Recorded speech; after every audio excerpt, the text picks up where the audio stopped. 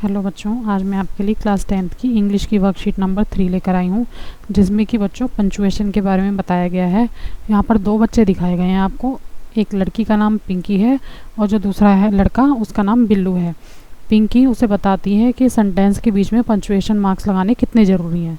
ठीक है, अगर हम पंचुएशन मार्क्स का इस्तेमाल नहीं करेंगे तो सेंटेंस एक लाइन में बोलते चले जाएंगे, कहीं फुल स्टॉप इसमें नहीं लगेगा। लिखा है, hi Billu, what's up, what are you doing. उससे पूछती है बिल्लू से, तो बिल्लू कहता है Pinki, I am writing a story about flying.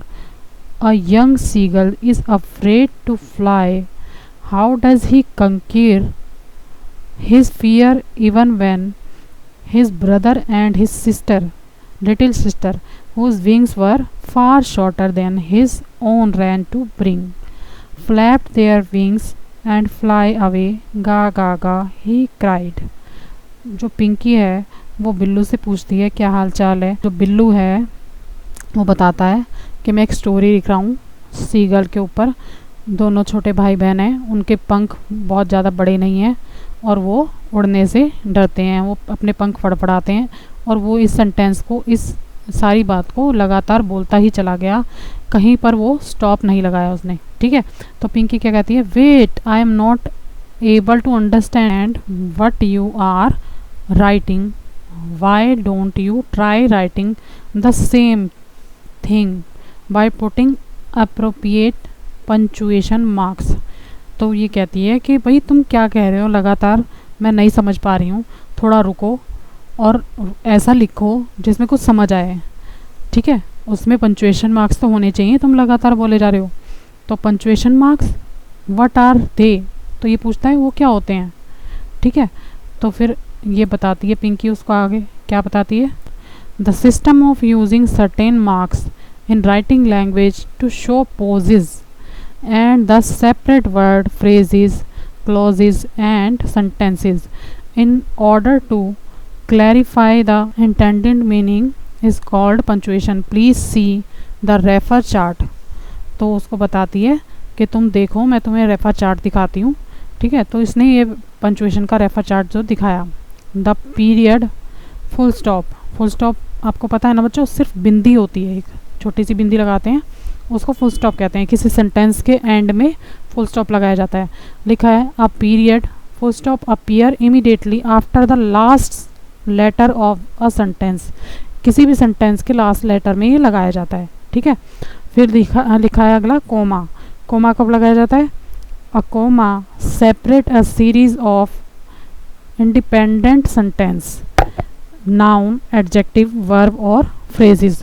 किसके बाद में लगाया जाता है, एक इंडिपेंडेंट सेंटेंस के बाद लगाया जाता है, जो नाउन हो, किसी का नाम हो, एडजेक्टिव, वर्ब और फ्रेज, कोई भी इनमें से कोई भी हो तो उसके बीच में कोमा लगाया जाता है। जब 3-4 चीज़ें इकट्ठी आ जाती हैं, जैसे ही लिखा है नाउन, फिर उसके बाद कोमा, एडजेक्टिव, फिर उसके बाद कोमा, फिर वर्ब, फिर उसके बाद कोमा। ठीक है, तो जब 2-3 चीज़ें इकट्ठी लगाई जाती हैं तो उनके बीच में कोमा का इस्तेमाल किया जाता है।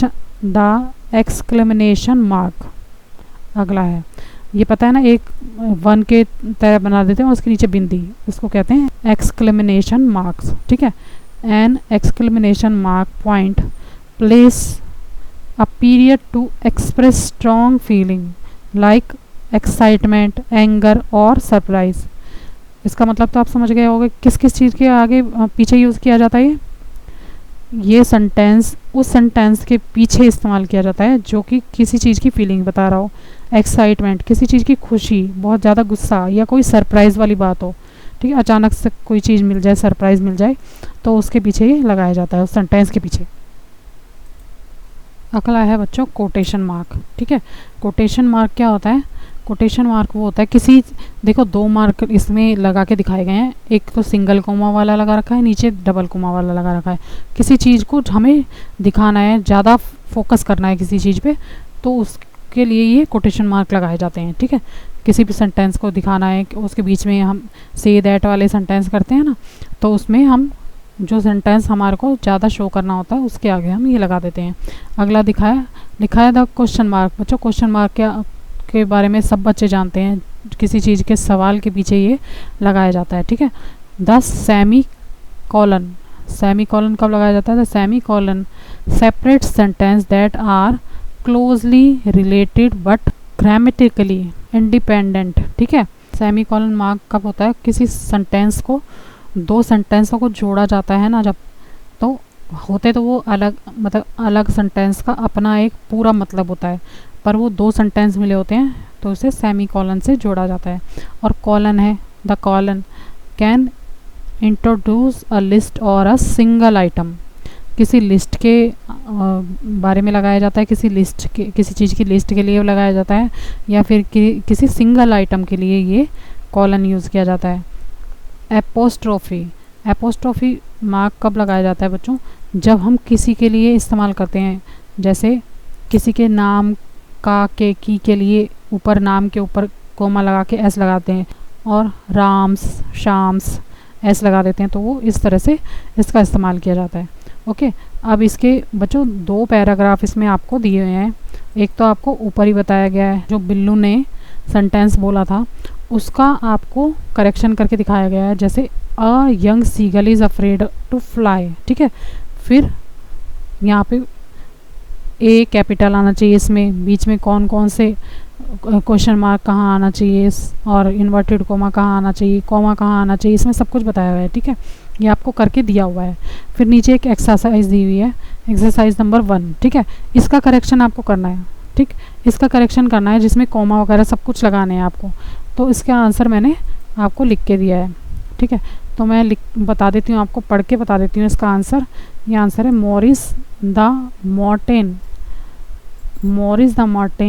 was flying around the solar system one day, फिर coma, when he saw a strange light to in front of him, full stop, what is that?